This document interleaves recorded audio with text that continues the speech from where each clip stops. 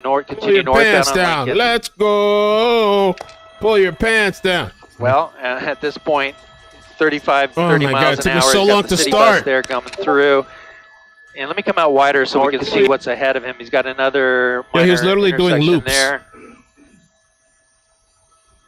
And even wider, pretty light traffic right now. And we're hearing now that the car comes back as stolen. So it's a stolen vehicle as well. All right, if you're just joining us, the LAPD in pursuit of this black car, which we just now learned is stolen. Really not driving real crazy, except for the fact that twice now he has done donuts in the middle of the road. And right now he's on Lincoln Boulevard, kind of in the Venice area. We saw him driving through the Marina Del Rey area and heading northbound towards Santa Monica. And we do know that the 10 freeway is up ahead. So if he wants to hop on a freeway, that's going to be an option for him coming up in a few more miles. And Gil, you're confirming that it's just the driver? Lou, we haven't really had a chance to look into the passenger side. I believe it's just the driver. He has that sunroof open. I don't know if you can see any movement over there. Now he's waving at us. But it looks like he's the solo occupant in the vehicle. Yeah. Made some kind of hand gesture. Yeah, driving a little faster now with the traffic wide open northbound on Lincoln Boulevard. And we said sort of in the Venice area, heading towards Santa Monica. And again, there is a freeway option up ahead, which is going to be the 10 freeway. Hopefully he's not able to get on there, as you see the black and white unit from the LAPD in pursuit. And again, other than almost driving normal, you really wouldn't know this was a pursuit unless we were telling you that. Except for the fact he's done some donuts in the middle of the road, not once but twice now. And it's interesting, Gil, when we cover these pursuits, just the body language of this particular driver, making a waving gesture at the helicopters and the cameras, but now just casually having his arm out the window, sort of a cat and mouse type of behavior here. Absolutely. Looking pretty casual there. Comfortable with those donuts. Chilling. That's very odd, but certainly not driving at high speeds or anything like that. So he has a very laid-back approach to this in a stolen vehicle after assaulting a city worker. That's not, those are serious crimes. So we'll see what the LAPD decides to do. I'm hearing, though, that they are pit qualified. They could do a pit maneuver when they feel it's a good opportunity to do so. So we'll see if that happens. But here he goes doing a little swerving now. And he might go into, he's going to go into, no. I was going to say he's going to go into that driveway, but. Damn. Okay. And we're hearing again that LAPD confirming on the scanner anyways that this suspect actually did assault a city worker who was in a black and white. So we'll try to get the details of exactly what happened there and how that assault happened. But also, he's in a stolen car. So two major offenses there that will send this guy to jail for sure. But now we're seeing, let me see what's going on with the LAPD. They've dropped back quite a distance here, giving him a lot of space to think about what's going on. Maybe he's a danger. They pulled back. They dropped. Oh, he just pulled over. He's like, I'll give you time to catch up. And now it looks like he's realized that LAPD is not really interested right now, and so he's going to slow down. For the gang, for all the dogs that whack out. It's almost like he's slowing down for them to catch up with him. Yeah. Coming up to the intersection here, we got an LAPD blocking the way. They have a spike strip there. Oh, slow motion. Let's see if they deployed. You can see them on the bottom left. Okay. And they're just waiting. There goes one. Oh, okay. Let's see if he just drives over it. Wait, is that him up here? He's going to move through the intersection. Here comes the officer running out. Oh, he paused. This is a little dangerous for the officer, no? Like, nice. Yes. Nice. Perfect. That was perfect. Spike strip. But you're right, Lou. Very dangerous for that officer to run out there and throw it like that. Yeah, just because he could have a weapon. A weapon, or he could have driven right at that officer. Unfortunately, that didn't happen. But now it looked like it hit all 4 tires. We'll see how quickly those tires go down. And we'll zoom in here to take kind of a look at those. The driver didn't seem to care a whole lot. He just drove right through him and is continuing on. Sometimes maybe they didn't realize what it was, or maybe didn't see it. And this isn't going to help him. The tires, donuts, baby, much doing the donut. If there is damage to the tires, I mean, there's a good chance the spike strip may have not. Well, now he's turning around and going the opposite way. Does it look like there's any damage to the tires, or the air is coming out of them, Gil? So far, no. It looks like the passenger side, anyways. It could always be that he has run flat tires on here, so that's also a possibility. It looks like there's nobody in that front passenger seat as well. So we'll see here. We'll give it another minute or so to see if those tires deflate or not. It looks like an older model vehicle, which may not have those run flats, or is that what it's called, run flat? Yeah, the run flat tires. Yeah, that could be. It also could be that maybe the spike strip did not deploy properly. We'll see, though. We'll give it a minute here and see if those tires start to go down. Okay, we're in Santa Monica now. How close to the 10 freeway is he right now? He's approaching in about, I would say, a mile, maybe a little less. It's not going to do him much good if that spike strip does affect the tires for him to get on the freeway, especially at higher speeds. Could be super dangerous. Again, though, he has been driving very slowly for the most part, except you can see some of these donuts that he's been making earlier on the right-hand side of your screen. And even while we've been on, he's done it. So what's up, everybody? They're saying this is a stolen vehicle. He assaulted somebody. Dude, to me, seems to be trolling or high, doing donuts, waiting for the cops. He's multiple times when the cops back off, he's like stops and waits for them to approach him. I was going to go on the backup channel, which make sure you subscribe, but I just wanted to send a treat and say, hi to you guys. Thank you for supporting me during the trial. Sorry I had to leave the last stream. So I want to give you guys a treat on the main channel. Hopefully nobody gets hurt. We're not sure if that was a police officer, but this slow speed pursuit continues on Lincoln Boulevard. We picked it up in Marina del Rey, went through Venice, and is now in Santa Monica. And as Gil told us, less than a mile from the 10 freeway. So there's a possibility he may be hopping on that, or he may just continue northbound. On Lincoln Boulevard. Gil, what's ahead for him here? Well, he's right now coming up to the freeway, and we'll see if he decides to jump on it. I can tell you, though, now that the LAPD is saying it is not a stolen vehicle. They thought it was at first. Not stolen, now they're saying it is not a stolen vehicle. So it's just the assault with a deadly weapon and on that city worker. And we'll see what happens here as the driver gets further down Lincoln here, as he's going to be setting up for a right-hand turn here. The LAPD units have dropped back, so they're basically in surveillance mode, and they were talking about a secondary spike strip at some point, but now he's on Colorado, and now we'll see if they try to set up their limited lanes here. Of course, he's got the metro line there going through the street, so we'll see if they try to set it up on this street if he stays on it. Not that he pulled into that parking structure, but we have seen before these live pursuits where the vehicle pulls into a parking structure, parks the car, and all the time merges with just the public and gets away. Absolutely, and that's definitely a possibility here. We'll see what happens. He's stuck behind that RV there, and we'll see. Let me come out to a wide shot and look for the LAPD, and it's not really in this screen here. Hey, David, do you see the LAPD units there? Is that, huh?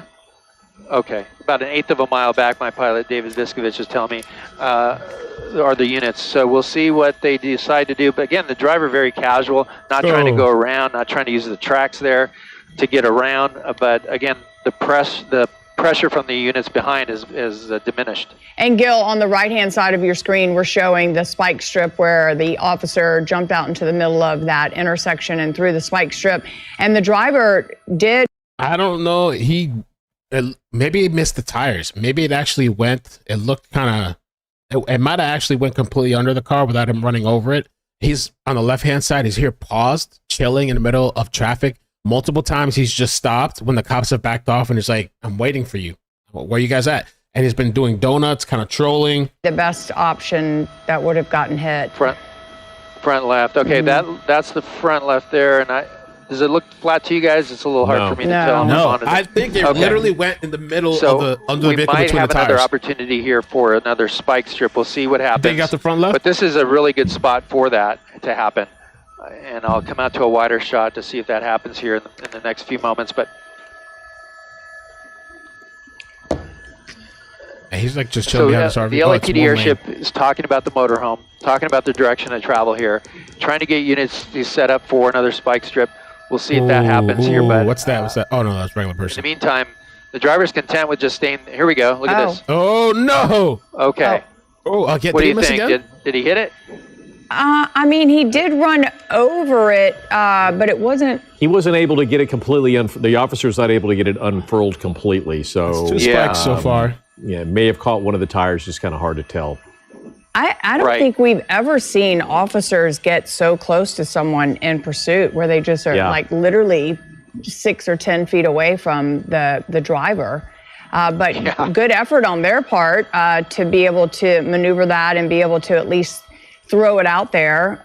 Hopefully, like one of the tires was able to run over it. And again, as we say, always a dangerous maneuver when you literally walk up to the car to do that. Yeah. Because again, you don't know if he has a weapon or not. He continues eastbound, I believe, on Colorado Boulevard. That's correct. I am hearing now that the officer that did deploy that spike strip said that they got a good hit on the left rear tire. So it sounds like they were good. Here he goes into the donuts. Do some more donuts. Maybe a U-turn. Well, that's it. Keep doing that because then you're not going anywhere and you're also doing more damage to that tire. So you're saying back driver's side? That's correct, yes. They're saying back driver's side. And it did look like it was going down just before he did that turn. And they might do it again. Here he goes, yep. Oh, that's it. Front tire for sure. They've had so many opportunities. Definitely got hit then. This guy's a dumb... and you're right, Lou. You know, very bold of the LAPD officers. He just jumped right out there, right next to the car. Fortunately, the driver not trying to hit them. That's good news. But so far now, it looks like the 2 positive hits there on the spike strip just in the last minute or so. You say the LAPD, who started this pursuit, now that we're in Santa Monica, which is a different jurisdiction, is the Santa Monica PD involved in this at all? I don't see them involved yet. I'm sure they're aware of what's going on. Here we go. He's stopping here. There's got some workers here. They're a little confused, like, what's going on? Is this the guy? He's going to get out of the vehicle. Yep. Slowly. We could barely get out of that thing. Yo, like, what? It looks like he might just be giving up. You see the tires are flat. Hands are up, and this should be it. 14th in Colorado is where it's ended up here.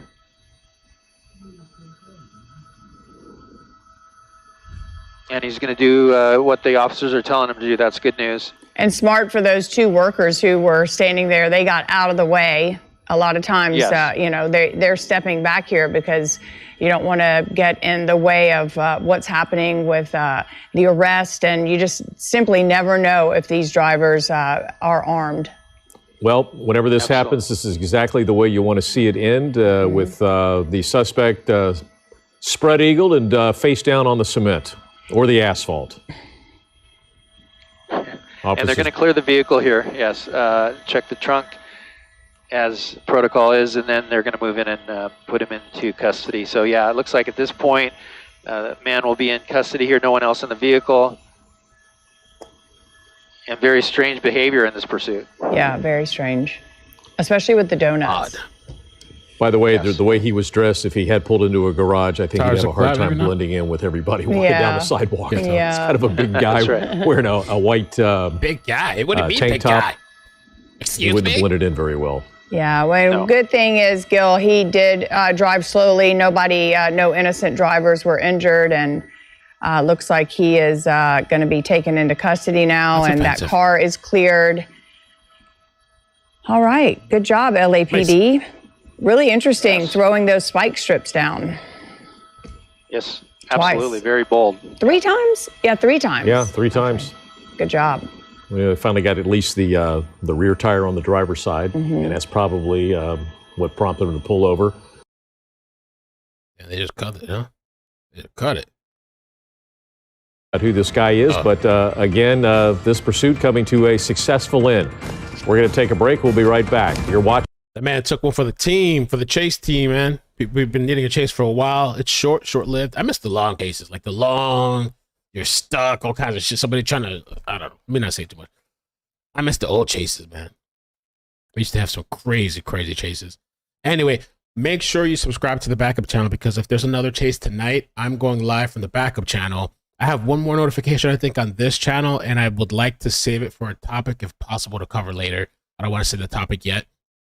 But if I have time later tonight, I'd like to come back here.